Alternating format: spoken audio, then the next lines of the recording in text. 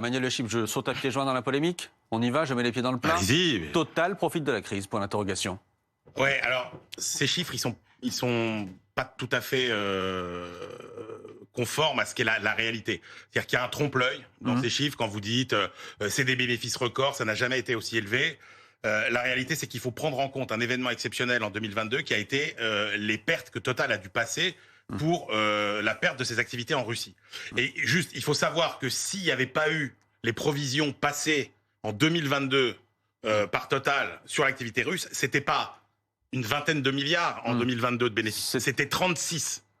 Donc, si vous voulez, si vous faites abstraction de cet événement exceptionnel, la réalité, c'est que les bénéfices portés en 2022 par une flambée exceptionnelle des prix du pétrole et du gaz, les bénéfices cette année sont en recul d'à peu près 30%.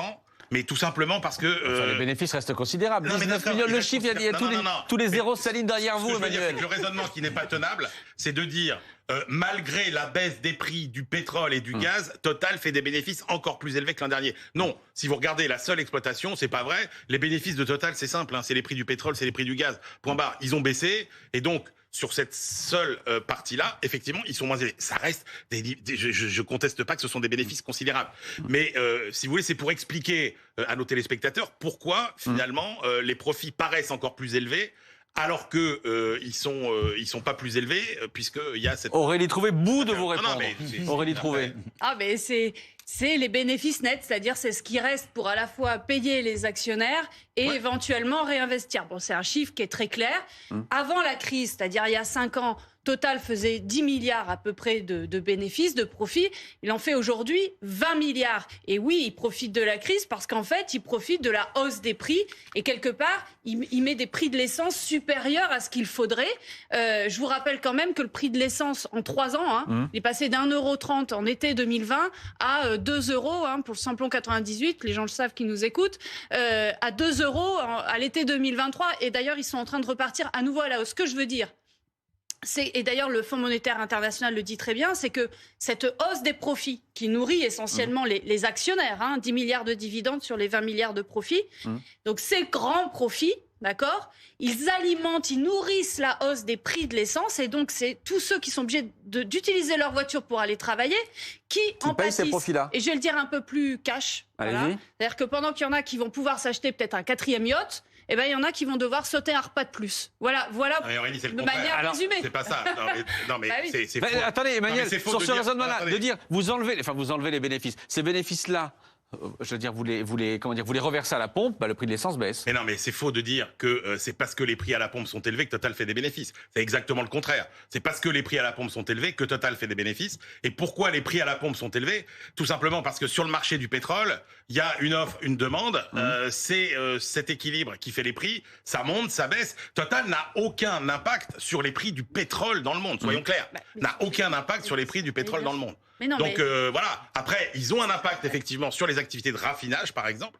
Et là, on a vu ces dernières années, c'est vrai que les marges de raffinage avaient beaucoup augmenté parce qu'il y avait un problème de sous-capacité à l'échelle mondiale et que ça a généré des profits. Mais dire que Total s'en met plein les poches parce que les prix de l'essence sont élevés, c'est normal. Après, il y a des choses qu'on peut critiquer. Par exemple, il y a une tradition chez Total, c'est comme ça, on peut la critiquer, c'est de gâter ses actionnaires. Total, ils redistribuent 9 milliards effectivement à leurs actionnaires. Mais je rappelle quand même que les premiers actionnaires de Total, c'est les salariés de Total. Neila Latrouche, du service politique, entre dans le débat. Neila. Oui, sur le point de Total Energy, il y a d'abord un premier élément à regarder, c'est si on regarde l'ensemble des compagnies pétrolières, Total Energy fait beaucoup moins de bénéfices que les Américains, d'Exxon, ou par exemple, si on regarde les grandes majors américaines. Donc on est globalement sur un marché pétrolier qui porte les majors. Ça c'est le premier point, il n'y a pas de spécificité de Total Energy dans le secteur. Ensuite, il y a eu un bras de fer sur les prix de l'essence entre le gouvernement et Patrick Pouyanné lorsqu'il a annoncé qu'il plafonnait à 1,99 le litre d'essence dans ses pompes. Souvenez-vous, à l'époque, un certain nombre de concurrents avaient fait grise mine en disant mais attendez, mais pas du tout, mais il est en train de casser le marché. Le ministre du Budget avait menacé de taxer les super profits de Total. Pouyanné avait dit dans ce cas-là, j'arrête les 1,99. Et Bercy avait très vite fait les calculs. C'était plus intéressant d'avoir une compagnie qui baissait les prix à la pompe que de taxer et de devoir redistribuer avec des coûts indus de redistribution, parce que quand vous avez à mettre un mécanisme, il y a une perte en ligne, entre guillemets, vous ne faites pas rentrer 100% et vous ne redistribuez pas 100%.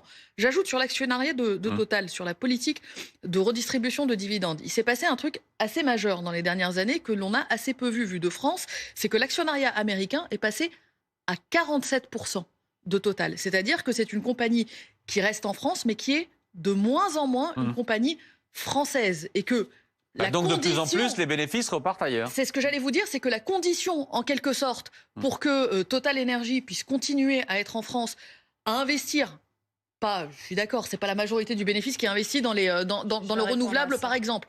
Mais Total investit beaucoup plus que ses concurrents américains. Et l'une des conditions qui fait que Total réussit à faire passer la pilule, entre guillemets, auprès de ses actionnaires, y compris américains, c'est de dire, oui, mais nous distribuons plus de dividendes que nos concurrents. Je vais répondre à ça d'abord. Leïla Emmanuel, on va pas être ici quand même pour verser des larmes de crocodile sur Total, qui est par ailleurs une exception quand même, parce qu'il se trouve que les autres ont réduit un petit peu leurs bénéfices nets. Total est la seule qui continue à l'augmenter pour 2023. Ça, c'est la première chose. La deuxième chose, c'est que Total, elle est faiseuse de prix en réalité. C'est le principal distributeur, mais aussi un raffineur en France. Que sa marge brute, c'est-à-dire la différence entre le pétrole qu'on achète finalement et l'essence qu'on redistribue, cette marge a été multipliée par 4. C'est pas seulement pour Total, d'ailleurs, pour l'ensemble des géants pétroliers. Bon, ça, c'est pour dire les responsabilités de Total. Ensuite, Total, je le rappelle aussi, a d'autres implications. Par exemple, sur les impôts. Je rappelle que c'est une multinationale qui a payé 0 impôt en 2020 et 2021. On va me dire, ah oui, mais ça n'allait pas bien, etc. L'an dernier, c'est 320 millions en France. 320 millions d'euros de taxes et impôts payés en France par Total. 20 milliards de bénéfices, vous rapportez. Mais les 20 milliards ne sont pas forcément faits en France comme bénéfices. Bien sûr, mais 320 millions, c'est quand même extrêmement peu. 0 en 2020 et 2021. Elle est souvent épinglée pour tous ces mécanismes d'optimisation fiscale. Et c'est aussi une multinationale, c'est une spécificité là de Total, qui augmente encore et qui a des objectifs de production supérieurs d'hydrocarbures. C'est d'ailleurs ce qui explique ces résultats. Ça fait partie des 20 multinationales les plus grandes émettrices de gaz à effet de serre. Et plutôt que d'utiliser ces bénéfices, bien sûr, mais elle c'est la seule dans les majors qui annonce... Non, tous les autres ont changé de stratégie. C'est pas vrai, c'est la seule, lisez-le, c'est la seule qui annonce des objectifs d'augmentation de production d'hydrocarbures. Donc plutôt que d'investir massivement dans les énergies renouvelables, elle a aujourd'hui, et ça lui est reproché par l'ensemble des ONG environnementales, elle a des objectifs finalement de pollution encore un bien mot plus de ce qui se passe à la pompe, de ce qui se passe à la pompe, parce que les prix ont augmenté ces dernières semaines, mais tout à l'heure, l'un des responsables de la distribution en France de carburant disait que ça commençait depuis quelques jours à rebaisser. Oui, mais ça, encore une fois, c'est le marché mondial qui fait les... Oui, mais c'est important pour ceux qui nous regardent. Après sur les bénéfices, d'un mot, Emmanuel, il y a quand même des règles internationales qui font que vous payez des impôts là où vous faites des bénéfices. Aux dernières nouvelles, Total a comme principale activité d'extraire du gaz et du pétrole. Et Total paye des impôts dans tous les pays où elle extrait du gaz et du pétrole, et des impôts qui sont, rappelons-le, plus élevés qu'en France. C'est-à-dire que si vous prenez la moyenne de ce que représentent les impôts dans les résultats de Total, c'est plus que les autres entreprises du CAC 40 parce que les impôts qu'elles payent dans les pays où on extrait ces matières premières sont plus élevés. Et la seule activité de Total en France, quasiment, c'est du raffinage. Donc effectivement, comme le raffinage a augmenté, Total paye un peu d'impôts, mais c'est pas anormal on arrive à la fin. que Total ne paye pas tant que ça d'impôts en France. Et rappelons quand même que tous les salariés de Total bénéficient, eux, de tous les bénéfices de Total, faits encore une fois dans le monde entier. Donc on peut pas vouloir le beurre et l'argent du beurre. On arrive à la fin, je suis désolé. Merci Emmanuel, merci Aurélie Trouvé d'avoir été avec nous pour commenter donc ce chiffre